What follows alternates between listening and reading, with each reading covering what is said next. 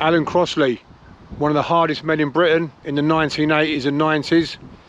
Britain's strongest man in 1984. There's only one sack now separating Allan Crossley from the title of Britain's strongest man.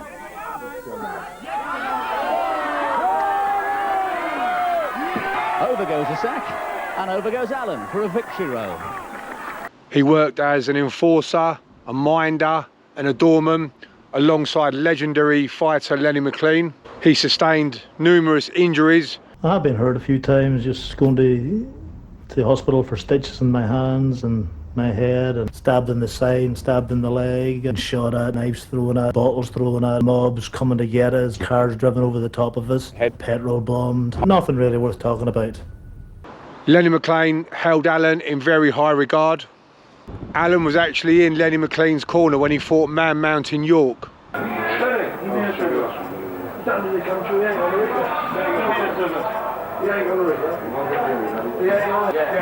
Junior kickboxing fight you would see that referee's bad news.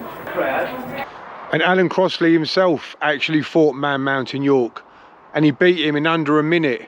And if you can see in the picture, Lenny McLean was in Allan's corner that day.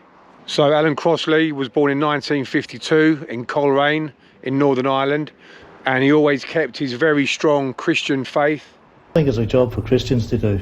People who believe that the Lord Jesus Christ is Messiah, I don't think it's a job for them to do, because you have to come in and use physical force and backing it up maybe with weapons. It's not, but I've done it, and in the long run I pay for it.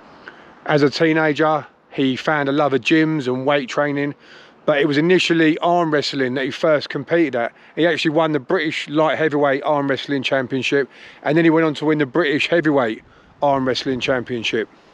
Although he was beaten in an exhibition match by the Welsh champion boxer David Pearce. So he took up strongman training.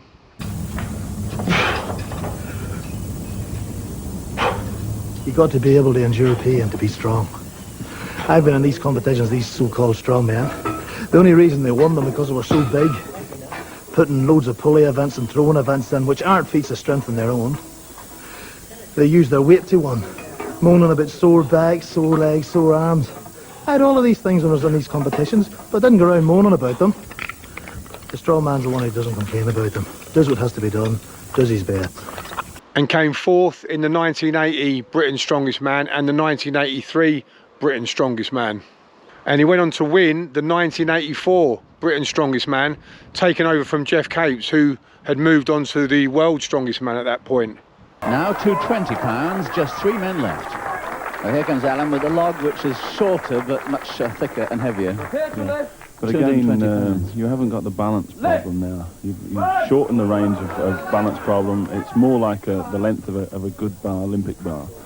And again, if he gets in a good position, he could just bang it out. Yeah. He's actually juggling with the log. It's a very smooth log as well, isn't it? No problem at all.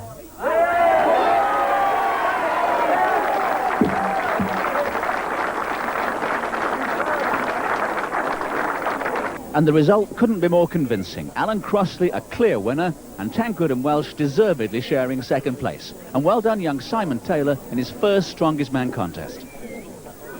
Congratulations, Allan Crossley from Northern Ireland, Britain's Strongest Man. Yeah, well, thanks very much. First time anybody from Northern Ireland's won the title, I think. Yeah, it is, yeah. Not be the last. I'll do it again, I think. You made the sack loading look very easy, and I love the sort of victory roll at the end into the wagon. Yeah, well, I've thrown all them sacks in, and I said to myself, well, if they was good enough for them, I may as well throw myself in with them. And now you'll be facing it with Jeff Capes in the European competition. How are you looking forward to that? Yeah, it's a bit like David and Goliath, you know. Which is which? I think I'll call myself David. So, amid the celebrations, we wish you a very good night as my colleague Jeff Capes, the world's strongest man, presents the trophy to Allan Crossley, Britain's strongest man. He then represented Britain in Europe's Strongest Man, along with his teammate Jeff Capes. These are the contenders. From Northern Ireland, Britain's strongest man, Allan Crossley, competing in Europe for the first time. Come on. Jeff Capes there shouting encouragement to Allan Crossley. Has he had enough? No, he's still going on. He's really showing the kind of grit that made him Britain's strongest man. I think the British pair will do reasonably well. What about your competition, though? It's a pretty strong field, isn't it? It's the strongest field I've ever seen. Jeff, you're talking about a team effort, then. Is it going to be a team effort, you and Al? Do you think so, Alan? Oh, yes. Yeah, we're really going to work. Yeah. And do you think you're going to end up Europe's strongest man? No, I'm not looking that far ahead. I'm just taking one competition at a time. Yeah. So as strong as Alan was, he was deceptively fast with his punches and with his hand speed.